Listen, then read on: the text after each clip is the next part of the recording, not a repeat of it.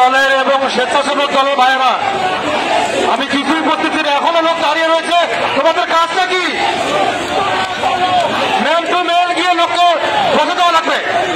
মাঝখানে এমন জটলা খাইছে, 1 ঘন্টা থেকে ওখানে জটলা। তোমাদের কাজটা কি?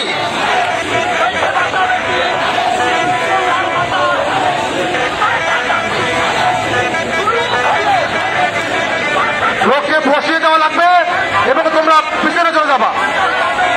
যুবদল এবং স্বেচ্ছাসেবক ভাইদেরকে বলছি, তোমরা লোকের মাঝে ঢুকে যাও, তোমরা জনগণের মাঝে ঢুকে যাও, লোক বসিয়ে দিয়ে তোমরা পিছিয়ে যাও।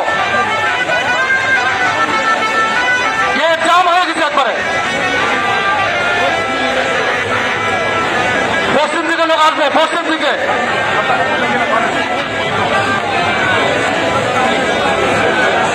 ইতিমধ্যে আমাদের সমাবেশ স্থলে